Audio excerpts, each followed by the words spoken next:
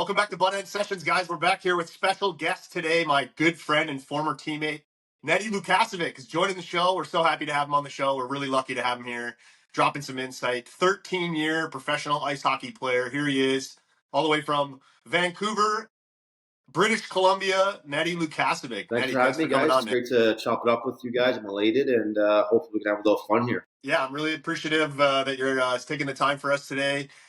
So, Neddy, you and I were teammates many years back, but take everybody back. Where did the career start for you? Where did your hockey journey start? And what's your first memory of falling in love with the game of ice hockey? I grew up here in Vancouver, and then I played my minor hockey mostly in Port Coquitlam minor hockey, just the town I'm from here. And I just fell in love with the game at a young age organically. And you know how it was when we were young, endless hours out playing hockey. And yeah, it's just something that you just can't get rid of, that passion and love. And so yeah, I've been fortunate enough to stay involved in the game, and from a different side now as a coach. But you can't describe the love you have when you've been so invested in something your whole life and doing something for so long that it's just a part of you. So yeah, man. Yeah, it's nice. Hey, like you know, myself included, but it's nice to be able to stay in the game, right? Like, you know, you and I grew up playing.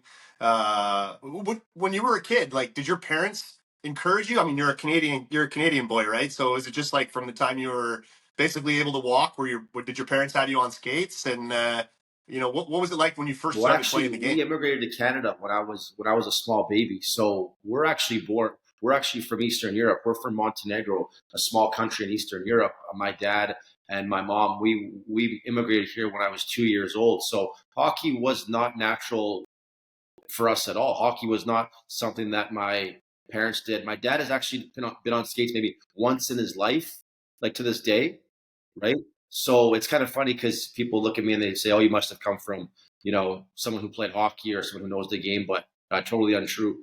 We immigrated to Canada when we were young, so I just fell in love with the game. I saw my uncle playing at a young age, and I remember crying. I actually remember crying when I went on the ice. I was 3 years old, and then my parents put me on skates, and then from there, they just kind of, that was the beginning of a crazy but fun, long a journey ahead that didn't really know what was in store for you at the time. Obviously, you have no idea what's in store for you ever, but yeah, it was amazing. Yeah, man, that's true. Did you always know, like, when did you first have the dream of being a pro hockey player? Were you always one of the better players on your team as a kid? And like, what was that like? It's kind of funny you say that. I was talking to a guy I work with about this. Like, I feel like now everyone, when we were youngsters, like playing junior was a dream. Like playing junior was like, or a college scholarship. Now it feels like kids are a lot more, like they're more entitled, and they think it's a lot easier than it is because they have so much at their fingertips with skill development and being on the ice and the resourcefulness to get better, that I think that they kind of expect to play on the best teams. They kind of think that, I'm good. I'm automatically going to play juniors. I'm probably going to go somewhere. Whereas when I was a youngster, like I was good. I was one of the best kids for my age in all of Canada, like growing up, but I didn't really know how good I was.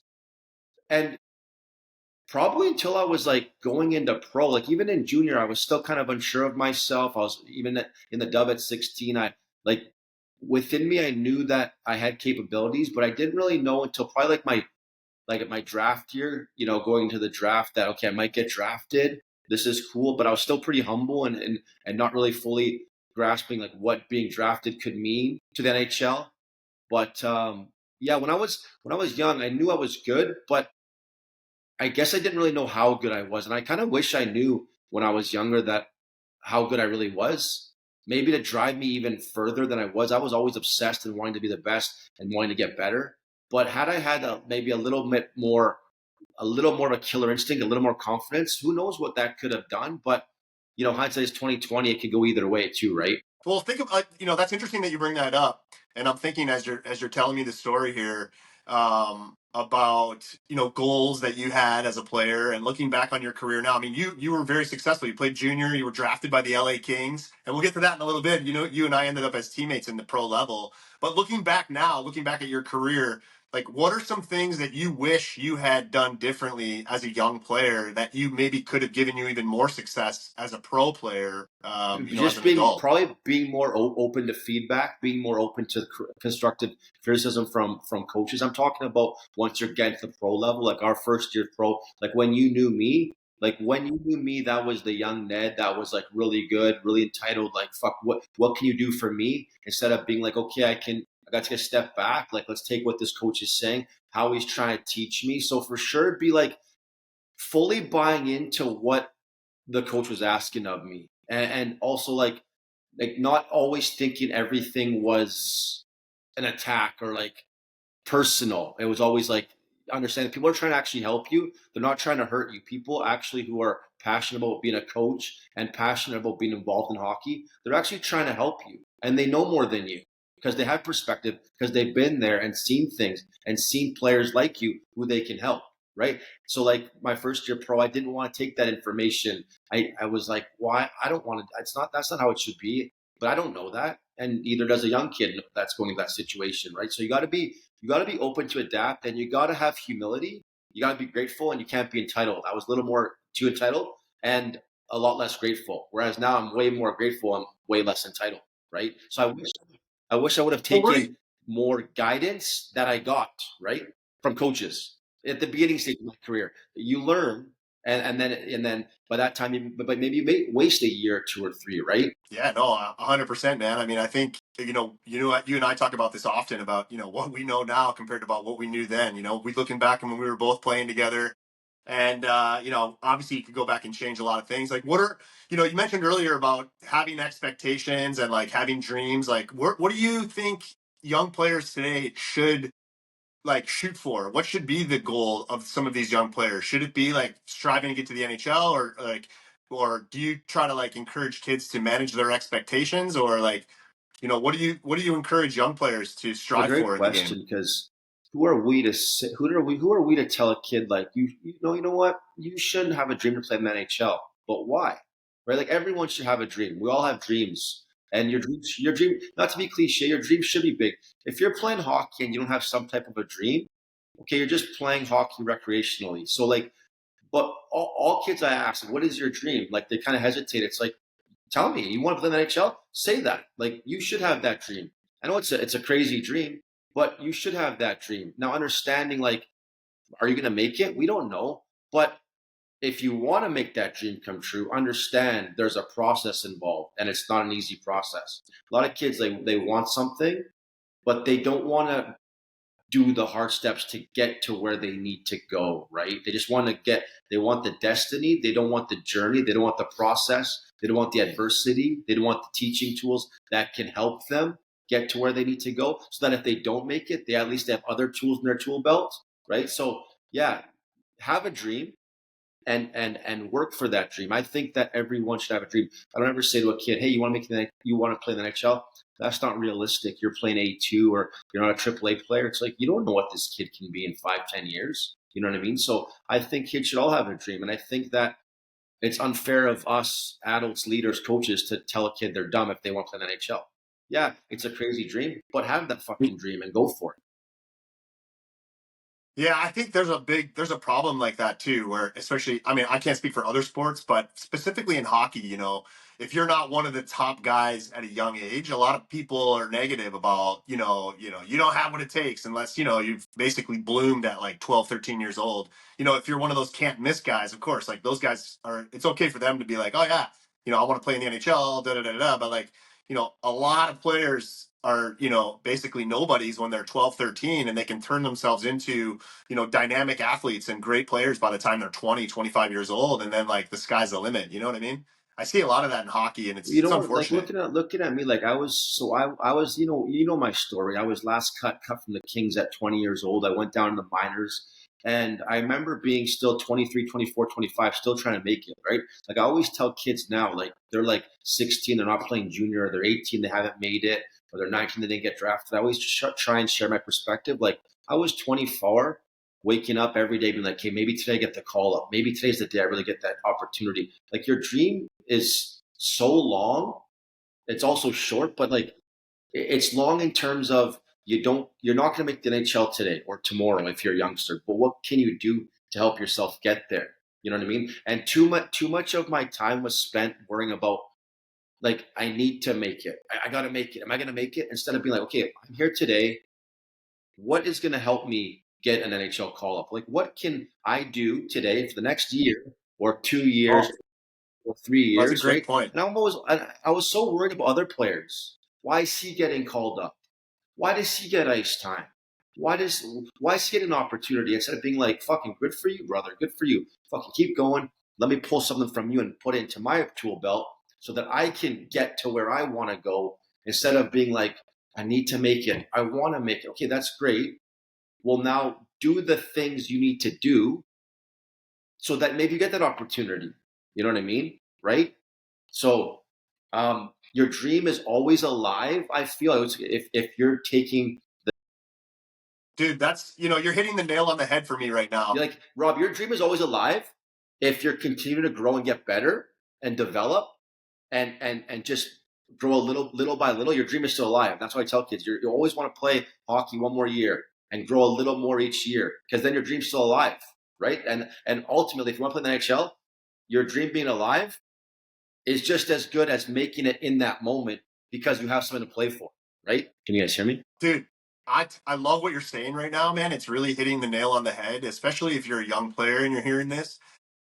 You're not going to make the NHL today. If you're 13, 14, 15, 18, 19, 20 years old, anybody really who's striving to get to the next level in their life or their career, effort that you're putting in today is compounding. And like, if you're building like toward being, an NHL player, one of the things that you're doing today that are going to get you to that level, because if you're putting in the effort day after day, that's what's going to take you to where you want to be. You know what I mean? And the effort that you put in is compounding. And I think it's really important. And like you went through it, man. Like, and I think a lot of players struggle with it, where they're like sitting in a spot and they're like, "Oh, I want to make it to this certain level, and I'm not there yet, so I'm frustrated." But like, what are you doing today to get yourself there in 3 or 4 years? Is And, really and I think important. what's important too is like understanding where you are, where you want to go, and how to get there. Like we just talked about, you know. So I got really lost in my career in like I put such a pressure on myself that I had to make it and that I want to make it. So I did enjoy the grind. I did enjoy the journey that was ahead of me. And so instead of going to work and putting my work boots on and really being like, you know what, today is building towards my dream, it was kind of like I lost sight of that, the process. Because people think what makes them who they are is the end result. But no, it's who you become in the process of chasing what you want to acquire that really makes you who you are as a hockey player, right? So we get lost a lot in that is Yeah. like worrying about, I need to make it. I'm going to make it. I want to make it. If I don't make it, what happens? I'd be like, okay, fuck, if you make it or you don't make it, let's do whatever we can today and then compound until tomorrow, next week, next month. And in the long run, you will grow so much if you have that mindset. It's funny. So when did that click for you? I mean, I remember like thinking back to our playing days. I remember being, and I'm a bit older than you are, right? So like I had a different journey to the level, to playing at the pro hockey level. But I remember when you and I were first teammates, and we were playing. I'm playing in the minors. I'm playing in the East Coast. It was like, I think, was it my rookie year or might have been my, was it? I can't remember if it was my rookie year or my second year when you got basically sent down from Manchester, and you were a drafted player by LA, and I was never drafted. I was just like, I grinded my way to the minors, and I was like, sort of, kind of happy to be at a level to keep striving to get to the next level. And you were like a player who came in who was like a high draft pick for LA Kings, young player, and you were frustrated because you weren't playing at like the NHL level. When did it click for you as a pro to be like, okay, like I need to just be working on my daily grind and my daily skills to keep me getting better? Like, how was that for you? Like, You when did know that what? click? It's a really good question, and it's like for a lot of years I fought with a lot of regret, right? Because I went down when I got sent down, and then you met me, right?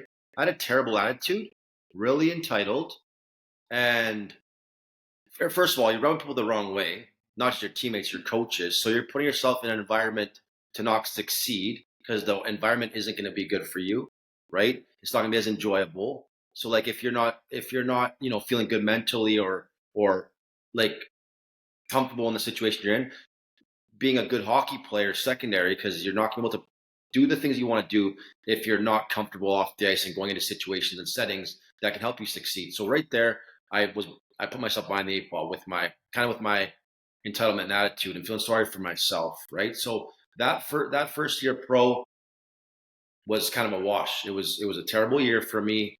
A lot of learning lessons that I took from, but didn't really fix until probably that next year. Because what happened the next year, LA's like, look what you did last year. You're gonna go back down. You're gonna go to the coast again and prove to us that you can be a pro. And I remember being like, I was so upset. I'm like, fuck. But I was like, you know what? Fuck it.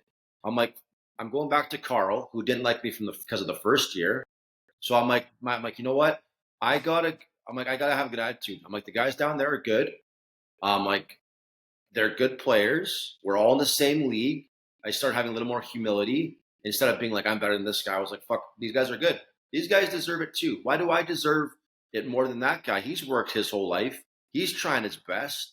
Yeah, because I think I'm better. Does that mean I deserve better? No. So I'm like, I'm gonna go down there to be a great teammate. I'm gonna gain the coach's trust. I'm gonna work hard. And I think from the first year to the second year, you probably yourself saw like way more maturity and growth too. You know what I mean? I was more fun to be around. Like, I actually like this guy. You're funny. Like, you're working hard. You're helping the team. It's not about you. It's about how can you help the team. So probably my second year was really where I took the most growth. And it's crazy. I still remember this story. This is going to sound so funny because I'm 39 now. This was 17 years ago. We're doing a drill. And we're at the practice arena in Reading, Pennsylvania. Do you remember that practice? What is it called? Body zone. Body Yeah, zone. body zone, dude. Crazy. We're doing The a drill, BZ. and it's a forechecking drill. And instead of going behind the net and chasing the puck, I stopped and I went in front of the net. And Carl blew down the whistle, like, to his testament. And this actually helped me too. He comes up to me, kind of like gave me a pat. He's like, "That's the first time in 2 years that I've had you that you've really thought about what I'm trying to teach you." And I was like, first, I was just like, I was so happy. But he was kind of backhanded complimenting me, basically saying, you haven't bought in, but way to go for buying today. That made me feel so empowered. I'm like, this is going to compliment me now after 1.5 years of kind of being toxic towards him as a player, and he's going to compliment me and put his arm around me. I'm like, okay, I'm growing, and for that, like, kudos to him as a coach, but also as a player. Like, I remember being like, yeah, I'm kind of evolving and I'm growing into what I need to do, and I'm going to be happy here. Like, I'm going to be content here, right? And you know what? It didn't stay like that all the time. Like, as my career progressed, I kind of got back into that mentality of like, am I going to make it? Where am I going to be again? But for that whole year is when it really changed for me. I'm like, you know what? Right now I'm here, and because I knew in my head, I'm like, I'm probably not going to get called up because what happened last year, and kind of my attitude and how my energy was, coming down. So I was like, I knew this had to be a full year of growing, playing a lot of games, learning, developing, pro on and off the ice. What are like when you look back at your career now, like when you look at the whole picture of it, right? Like, you were, you obviously had success in junior. You're drafted. Were you Fourth round second pick. round pick for LA? Third, fourth round pick. So you got drafted. I mean, obviously you're doing great. Like, you must have done a lot of things right when you were young.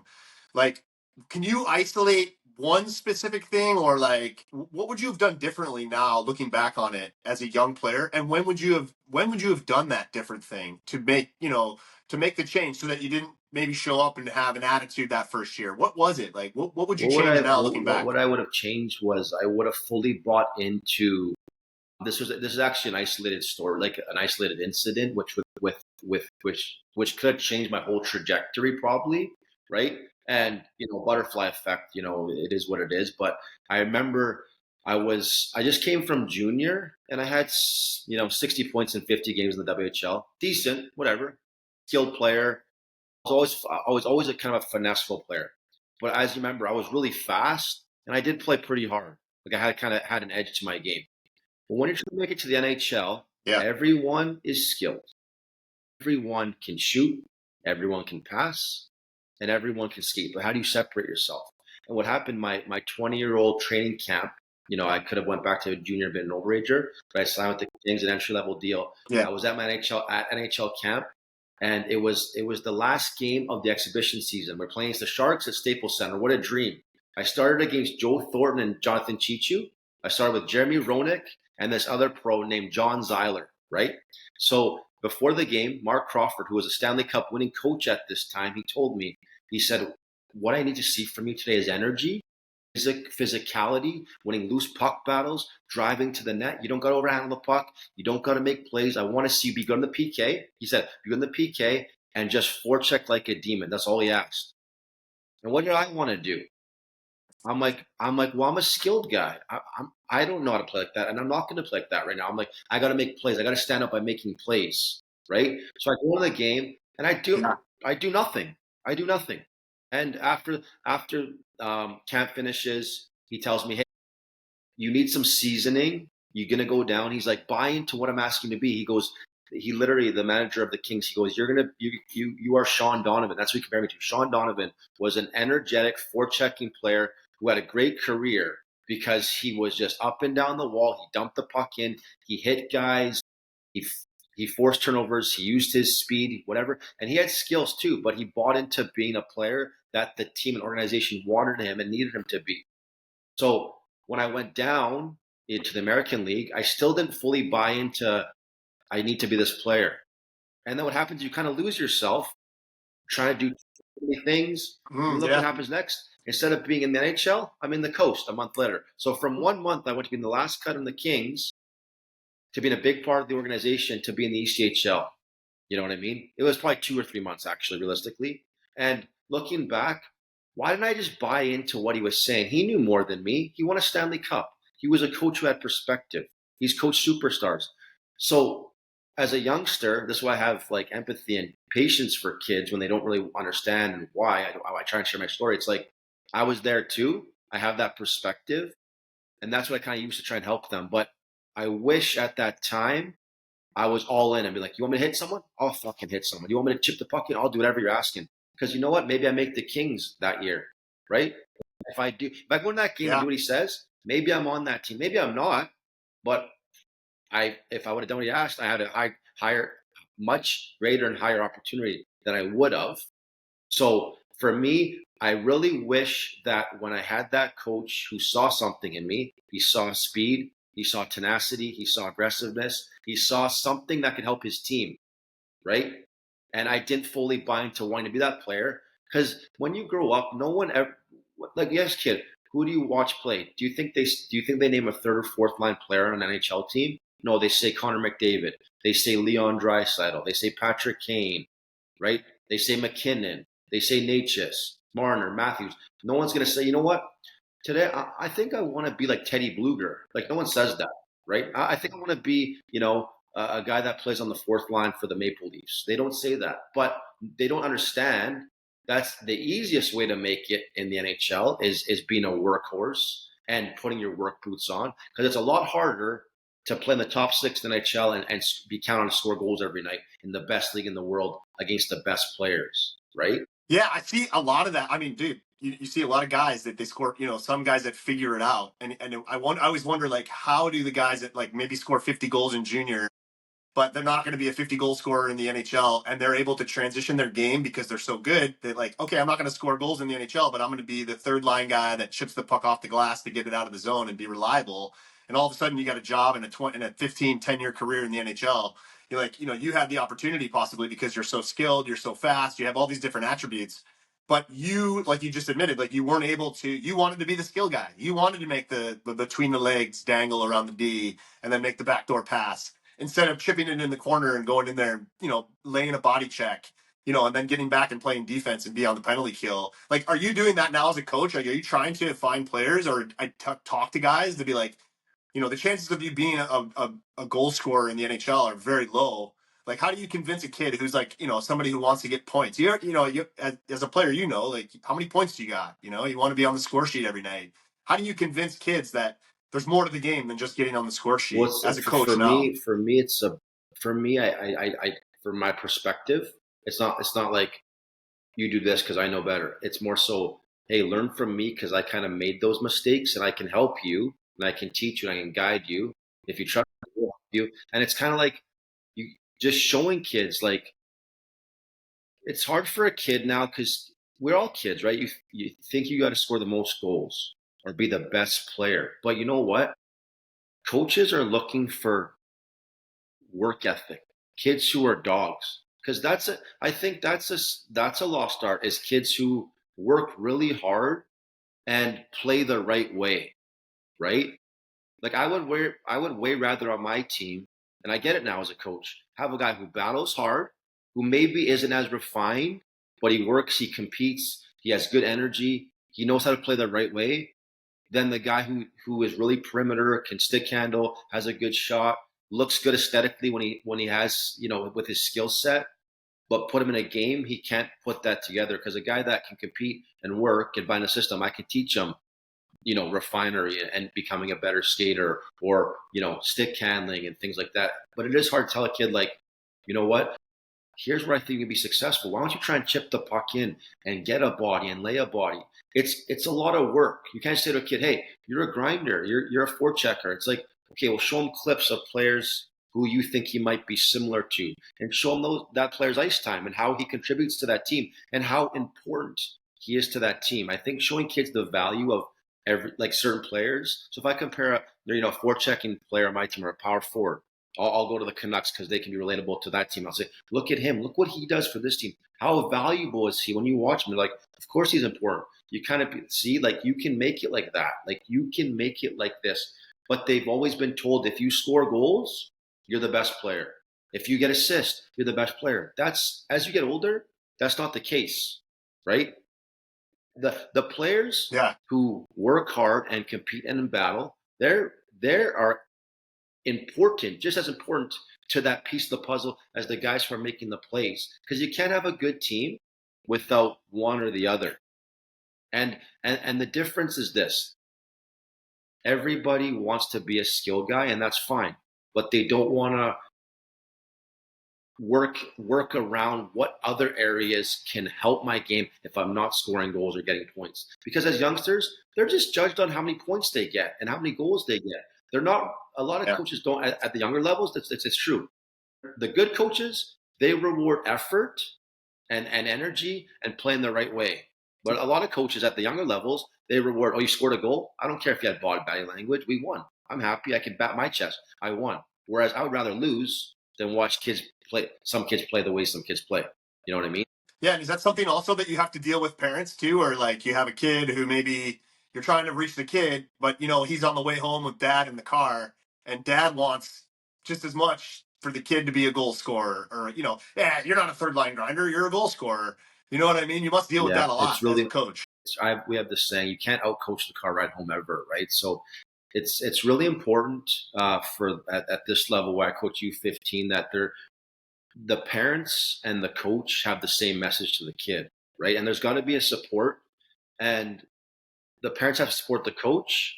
The coach got to support the parent. They got to work hand in hand, and the message has to always be the same to the kid.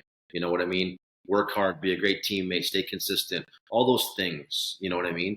And when things get tough, it's not like, oh, your coach's an idiot.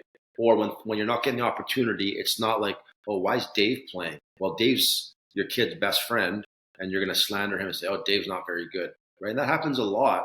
And then what happens is, because kids organically, they want to do the right thing as a hockey player. They want to be good teammates. They do. Inherently, they do.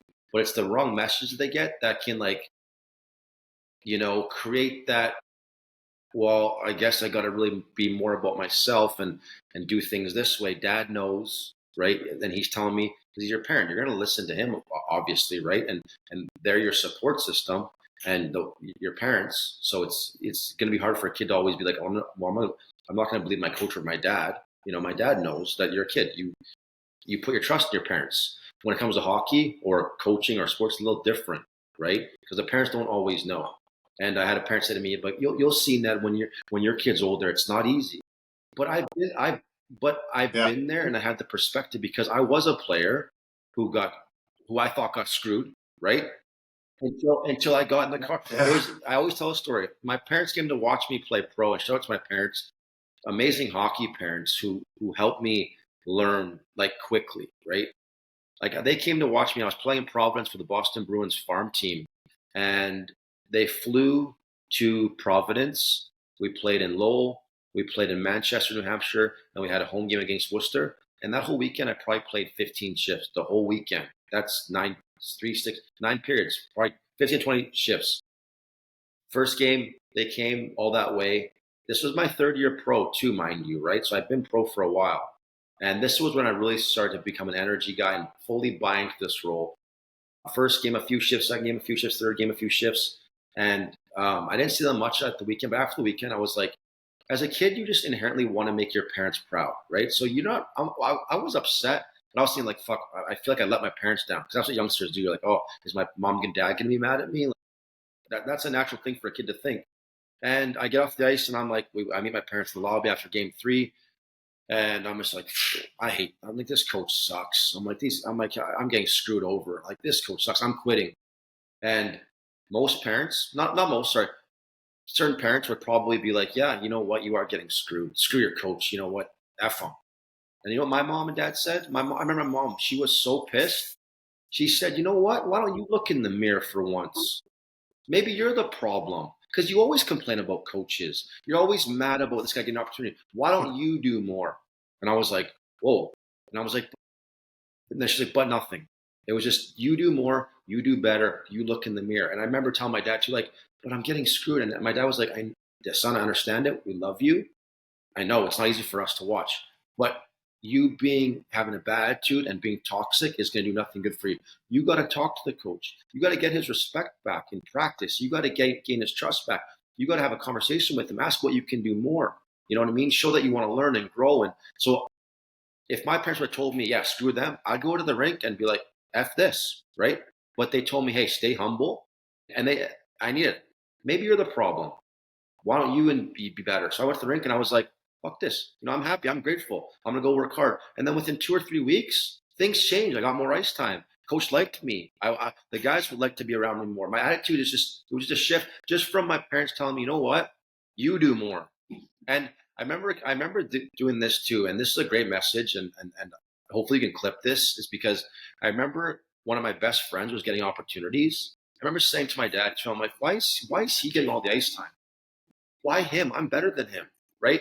And he goes, that's your teammate and your best buddy, and that's how you're talking? He's like, you really do need to look in the mirror and ask what you can do more instead of blaming everyone else. Because he works his ass off and he deserves everything that he's getting. You know what I mean? And right away I was like, you know what? As a kid, you need that sometimes. And I was so grateful for those messages that my parents gave me. It's more about stop blaming the coach, even though, hey, because coaches are wrong. They don't always make the right decisions. They don't. Stop blaming your teammates, your buddies you go to work with. You look in the mirror and you do more and ask what you can do better instead of pointing fingers. And I'm Dude, that's really a great message. That's really a fantastic message that really goes across. That's more than 100%. just hockey. You know what I mean? Blaming other people's never going to get you anywhere. You know, and anything you do, even if you're right, like even if the coach hates you, and even if you do deserve more ice time, or you should be on the power play, having that attitude and just complaining gets you absolutely nowhere. And the only thing that you can do to help yourself and help your own life is to take ownership and not worry about what other people are doing, but just bearing down and trying harder and putting in more effort. And like, you've learned the hard way, but having a better attitude day in and day out. And then your life is going to improve and your career in hockey is going to improve, even if the coach is screwing you, even if you deserve to be on the power play, or you're one of the top players and you're not even getting dressed for the game. Complaining about the coach and whining about it behind the scenes does absolutely nothing but hurt you. And the only way out is to change who you are and look yourself in the mirror, because you're the only one that can, change it for you and control yourself. So I think that's a great message, man. And I'm glad that, you're sharing that here and that you learned that. And I also learned the hard way too, man. I had the same thing happen to me where I got called up to Toronto. I'm older than you. And I was like, so I'm already like mid 20s. I should have already had this, I should have already known this, but I got called up to Toronto. And this is something I look back on and really regret. I got called up to Toronto, and the same day I got called up, my buddy at the time I didn't even know him, Josh Engel, who played at University of Wisconsin. He and I were roommates. He got called up the same day.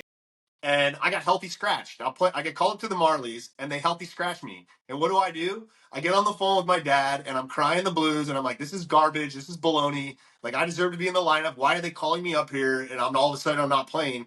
Instead of being like, "Dude, like you just got called up to the Marlies. You're playing in the American. You're here for a reason. Like, this is your opportunity to like bear down and work hard and sit here and what am I doing? I'm complaining about it not being in the lineup, or like somebody I deserve more ice to be on the ice more than the other guy. And it's just looking back, like the better play would have been to look in the mirror and just do everything I can do the right way, and then the good things are going to happen for you. So I had to learn the hard way too, man. I didn't have the best attitude when I had my chance as well. And I should have known better too as like a mid-20s defenseman at the time. But I think that's a really, an important message for young players to hear, whether you're 15 or 25 years old. Complaining about your ice time or complaining about the coach, or, every coach stinks according to some players on the team. You know what I mean? So I think it's really important to like have ownership in what you're doing day in and day out, and not worry about what other decisions are being made about you. You can only control your effort. So I think if anything, if you're taking away anything from our discussion, it's got to be that, just having ownership and looking in yourself in the mirror, no matter what other people are doing around you, because it And doesn't it's matter. like when you're playing hockey, coaches don't try and screw you over. Like looking back now in my career, I'm like, oh, we was Carl because Carl was our Right. coach, right? It's like Carl was trying to screw me. Like looking back, like did Carl really wake up every day and be like, you know what? How can I screw Ned today? Like that's not his job. Is like, how can I help Ned? This is professionally. How can I help Ned? How can I get through to him so that he can help our team so that it makes my job easier as a coach? Well, if Ned's not going to buy in, well, I'm Yeah. going to give up on Ned eventually because I've done all I can, and I can't waste all my energy on Ned when I have 20 other guys that I need to take care of and who deserve my good energy, right? So that's where I reflected and thought of, right? So looking as a coach now too, I'm in that situation. I always tell kids like, coaches don't wake up and say, how can I screw little Davey over today? Where can I put him in the lineup? We want to help you. We do our best to help you, right? Through communication, through pushing you, Yeah. through motivating. But you got to make the decision for yourself too, right? You gotta help yourself. And how can you help yourself? And what can I do more of myself, right? And that's also goes hand in hand with what we are just talking about is like the parents being on the same page. Because if I can tell them that and you can tell them that, like my parents did when I was bitching about Coach Carl, my parents said, "Hey, you stop right now. You're a problem. Maybe you." I was like, "Okay, let's go." Right, and then you all work hand in hand, and that's where the growth Yeah. happens. Unbelievable. Yeah, you're right, man. So, hey, Vishal, my question from you, Vishal, is like, what's your perspective from an Indian hockey player perspective in this situation? Like, how do you see similar things happening from hockey players over in India, which is obviously, from a dreaming perspective and just like an overall attitude perspective of the players from India? What do you think? It's funny. I was just talking to my friend about this earlier today, and I recently joined a team that has not won a game in 9 years. And the number one thing I came in and I told the boys respect me on the team, and the number one thing that I told the boys to do was to stay humble no matter what the scoreboard showed. And we came out with 2 wins out of 3 games we played, and we played the semifinal tomorrow. So that's turned out to be a great a strategy for us just to go from being entitled on the ice or off the ice, even to being humble and to be grateful for what we're getting. I mean, we're getting to play ice hockey here in the middle of June in the month. I mean, in a place like India, and that's just so much to be grateful for already. And not to mention, we have such great coaching staff and all the people who take care of this little community that we have here in India. And so just that mindset shift from being entitled and being like, hey, like I'm from India, it doesn't matter, I'm still gonna go play in the NHL. Like, of course, I mean, you can have dreams and you can have aspirations, but I feel like just to be grateful and be rooted to where you come from is a great start to where you want to go, and life can just take you to beautiful places if you just start there. Yeah, I think having a mindset of gratitude, no matter what situation you're in, if you just, even if you're on the fourth line or you're getting scratched from the lineup, if even if things are going poorly, if you wake up every day and you start off the day with gratitude for whatever opportunities you have, then your life is immediately going to improve, no matter where you are, what your situation is. If every single day you start off the day and you're grateful for what you have, not for what you don't have, everything is going to start to be better for you, and your attitude is going to change, and things are going to start to compound over time, and things are going to improve for you. And that's a good advice as well from the boys over in India. Shout out to Amazing, you amazing. guys. It's good to see. Thanks. And not just that. I mean, I mean, I've been fortunate enough to be in a position where I'm like overlooking the guys. I'm like coaching. I'm a part of the team I'm playing.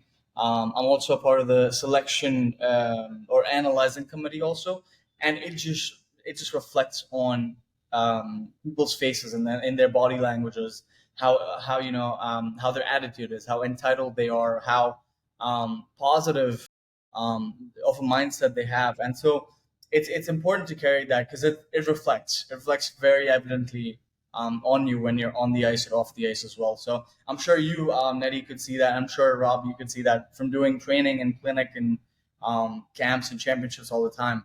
I'm sure you could relate to that. Good to hear from you too.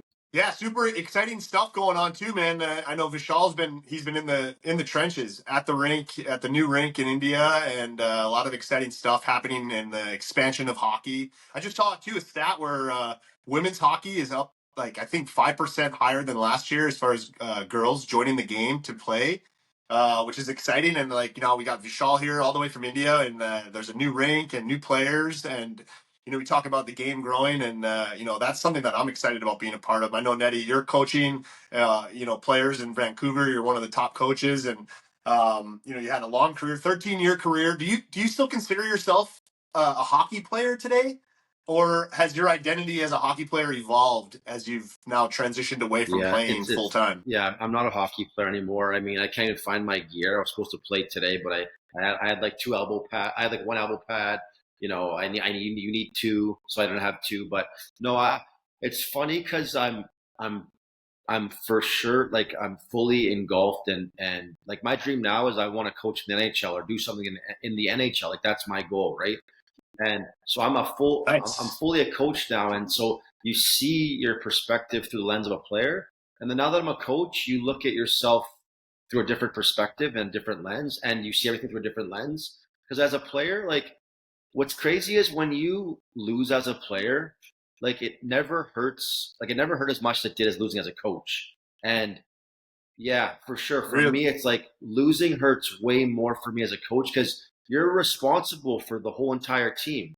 You're the architect and you're the one who's like for all those guys. Whereas you're a player, you're just really worried about yourself and how you can like help the team, win. Or you're worried about yourself as a player. You know how it is. What can I do? You're just focused about you. You're not worried about Dave or Jim or Bobby. But as a coach, you have to be able to like manage everyone and help prepare them so you feel the losses more and you enjoy the wins more. I would say you feel the loss more and you enjoy the wins more because yeah, it definitely yeah, as a coach that's what I've noticed for me. It's like the losses hurt way more but I enjoy the wins a lot more because as a player it happened all the time whether you won or you lost. It's just a kind of you're just one little piece that you're adding yourself into a puzzle. Whereas the coach, you manage. That's pretty interesting. It's also interesting too is that we touched on it earlier about having a dream as a player. You're a young kid, you're a teenager. What's your dream? And I always encourage young kids, young players to have crazy, outlandish dreams. Dream big. Go big because you only got one life. And now look at you. You've transitioned from being a player, traveling all over the world, playing in Europe, playing in North America, and now you're a coach and you have a new dream. I didn't know that you someday wanted to coach in the NHL. I think that's awesome, man. I think it's cool to be able to stay, growing as a person. And like you see, like there's life after hockey. I remember being a player. You don't know what you're going to do when you're done playing. And now you've transitioned to coaching and giving back to the game. And I think Yeah, that's fantastic. I got 4 kids right now, so right now I'm happy where I'm at. I'm content, but I'm working hard always towards something, being the best coach I can be at this level. And it's funny, I told a co-coach of mine, to a friend that I work with, we're watching actually a video on Carl Taylor, and this is a testament to him how hard he's worked. He was doing a presentation, and he goes to me, oh yeah, Carl's your coach. I said, yeah. I said, you know what he said to me when we were in pro? Because I always remember these things, and you might remember this too.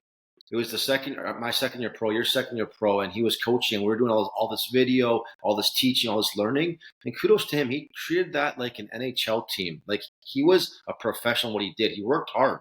And he said to us, I don't know if you remember this. He goes, this is my NHL. This is my NHL right now. Like this is my the level I'm at right now is the NHL for me. And he works so hard. And look, he's in, one step away from the NHL, but that's the mindset he had. And that's really the mindset I try and carry as a coach. I try and give my all to kids. That's kind of what makes me who I am. I find myself relatable. I try and give everything I can to kids. And it's not about like, I'm the coach, you better listen. It's more about like, trust me, I've been through it. Like, you gotta trust me, I will help you. Like, and that's kind of how I lead as a coach, and understanding. And hey, the game's always evolving, so we gotta evolve too as coaches, like we do as players. And yeah, I appreciate his work ethic as a coach. And one thing I will say, as a coach, I do work damn hard, and that's one thing I try and instill in the kids, and I try and teach the kids. Oh, that's great to hear, man. And I think it's inspiring to see you evolve into such a leader in the game and a coach for young athletes. I really appreciate you coming on here. Leave us with one thing. Like, what's one piece of advice that you would give to, let's say, a 15-year-old player? Maybe not the best player on the team, but with a dream and with an opportunity. What's one piece of advice you'd give that player day in and day out to think about? That you learned from your career that you can pass on to the younger Take generation? advice from people that are trying to help you. Stay close to people that appreciate you, and stay consistent with your craft, and working hard. And that's a cliche saying, staying consistent, work hard. Yeah, what does working hard mean though? Kids sometimes might ask you, or you got to teach them, right? The little things, when you don't want to do them, doing them. When no one's looking, what are you doing? You know what I mean? Always getting better. Like, I always say, like, having a purpose in a practice or a workout or whatever it is, hockey related, just always have a purpose and do it with a purpose. Because if you're just going to the rink and being like, I got to go to practice today, you got to have a mindset of fucking rights. I get to go to practice today. I'm going to get better. And those players, those are the elite players that make it somewhere. And the players that always go to the rink and like, oh, I got to work hard today. Oh, is coach going to push me today? They're going to fall off the wayside. Maybe not today, maybe not tomorrow. But in the long run, they'll stop playing hockey. The players who go there like, I want to work. I want to take advice. I want to be a good teammate. I want to be a leader. I want to have humility. I'm not better than you, but I do work harder than you. I will show you through my work ethic. Those players will make it, because eventually what happens is with the skill development and lessons. Now everyone can stick handle and shoot, and you can learn tools, right? It's refinery. What separates players at the higher levels when there's skill, it's like who really works, who's really the dog, because a coach wants that player, and that'll take you farther. Yeah, those are a few key pointers that I think that can really help youngsters chasing their dreams, and in anything, I guess, for us too as coaches. Like, it goes same with a coach or an entrepreneur with your business or whatever you're doing, whether you're a gardener or a plumber. If I know it sounds funny, but that's the truth. Be consistent every day in your work ethic, and work hard and work towards something. And don't worry about next year or promotion. Worry about being good today so that you can earn that promotion, just like in hockey. There it is. That's great advice. Neddy Lukasovic. There you go, man. Thanks so much for coming on the channel today. Buttendz Sessionz, my man Vishal over in India.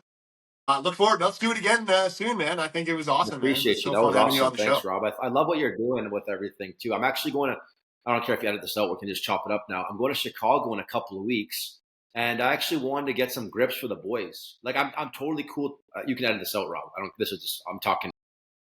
I want to buy some grips for my whole team so that they can have like my whole team has it. Because we're like a top team from BC going to the Chicago Chi-Town Shuffle tourney. I want to have like a grip. But we're leaving. So today's the 13th. We leave the 23rd. I don't know if you'd be able to ship in time, would it? Yeah, I think so.